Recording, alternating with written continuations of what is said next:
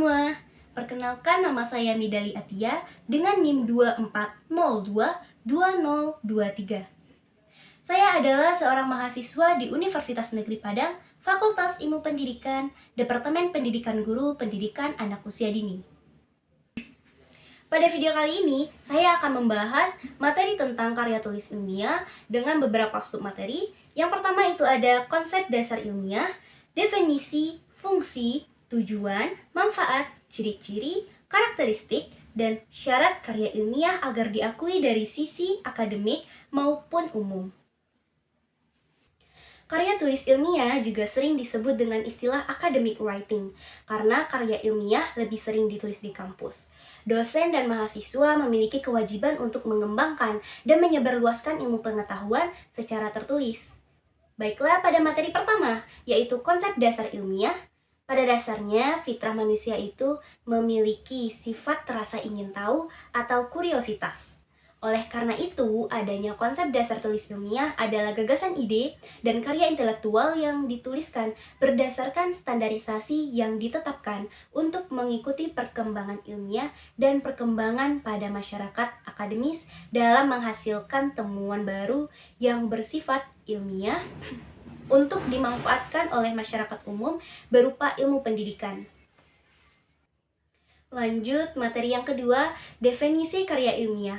Karya tulis ilmiah merupakan sarana komunikasi ilmu pengetahuan yang berbentuk tulisan dalam bidang ilmu pengetahuan, teknologi atau seni yang ditulis dan disusun menurut metode tertentu dengan sistematika penulisan yang isinya dapat dipertanggungjawabkan kebenarannya dan keilmiahannya. Karya tulis ilmiah secara umum yang dapat dikatakan sebagai karya tulis ilmiah adalah yang pertama, karya tulis hasil penelitian seperti skripsi, tesis, disertasi, artikel hasil penelitian makalah, penelitian, dan laporan hasil penelitian. Kedua, ada karya tulis bukan hasil penelitian atau hasil pemikiran konseptual, seperti artikel teoritik, makalah teoritik, dan buku ajar, dan karya tulis bukan hasil penelitian lainnya. Baiklah, pada materi yang ketiga yaitu fungsi karya tulis ilmiah. Karya tulis ilmiah memiliki beberapa fungsi. Yang pertama yaitu sebagai penjelasan atau explanation, yaitu karya tulis ilmiah yang dapat menjelaskan suatu hal yang sebelumnya tidak diketahui, tidak jelas, tidak pasti, menjadi sebaliknya, dengan didukung contoh dan argumentasi yang jelas dan dapat dipertanggungjawabkan. Fungsi yang kedua yaitu prediksi, membantu mengantisipasi kemungkinan-kemungkinan yang akan terjadi pada masa mendatang. Prediksi yang dikemukakan bukan hanya berdasarkan intuisi atau perasaan, tetapi lebih menekankan aspek rasionalis dengan perhitungan yang matang dan akurat. Fungsi yang ketiga yaitu pengawasan atau kontrol, yang berfungsi untuk mengontrol, mengawasi, atau mengkoreksi benar tidaknya suatu pernyataan yang biasanya ditemukan pada penelitian komparatif atau perbandingan.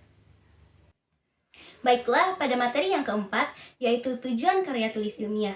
Tujuan pertama dari karya tulis ilmiah yaitu untuk melatih mengungkapkan pemikiran atau hasil penelitian. Yang kedua, menumbuhkan etos ilmiah di kalangan mahasiswa. Tidak hanya sebagai konsumen ilmu pengetahuan, tetapi juga mampu menjadi produsen pemikiran. Dan yang ketiga, karya tulis ilmiah yang ditulis diharapkan menjadi wahana transformasi antara sekolah dengan masyarakat. Dan yang keempat, melatih keterampilan dasar untuk melakukan penelitian.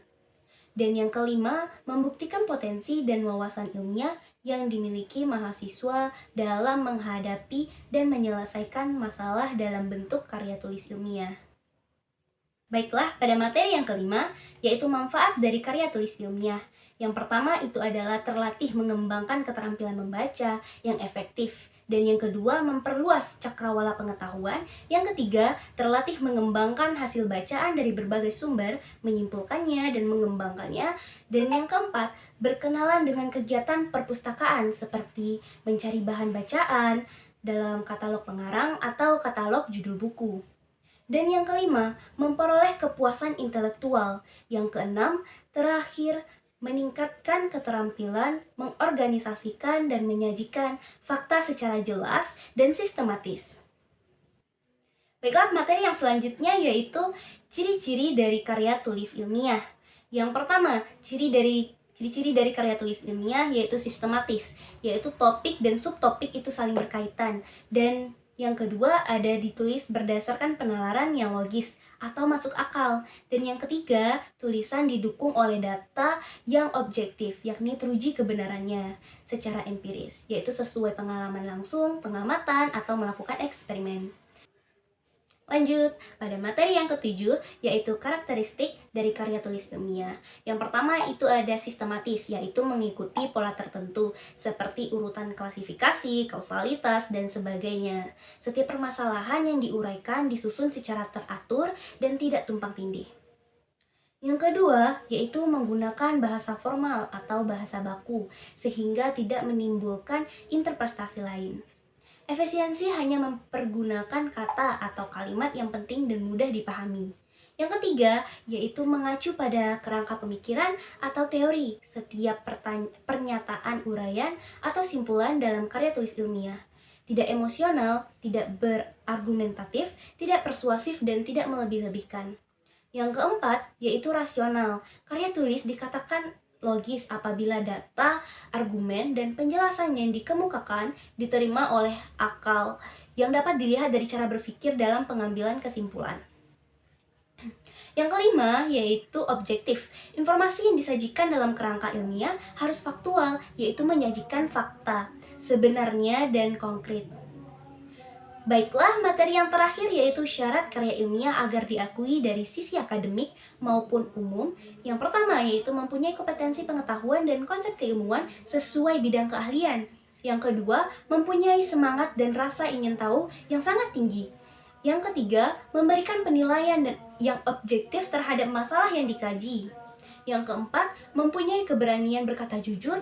Dan yang kelima, terbuka atas kritikan dan saran terhadap karya yang telah dibuat. Keenam, menggunakan bahasa baku yang dijadikan tolak ukur standar bagi betul tidaknya penggunaan bahasa. Yang ketujuh, mempunyai visi yang jauh terhadap karya ilmiah yang dibuat agar memberikan manfaat. Dan yang terakhir, yaitu penulisan sesuai dengan aturan standar nasional dan internasional. Jadi, dapat kita simpulkan bahwa karya tulis ilmiah adalah gagasan ide yang dituliskan berdasarkan standarisasi yang ditetapkan secara internasional maupun nasional untuk mengikuti perkembangan umum dan perkembangan pada masyarakat.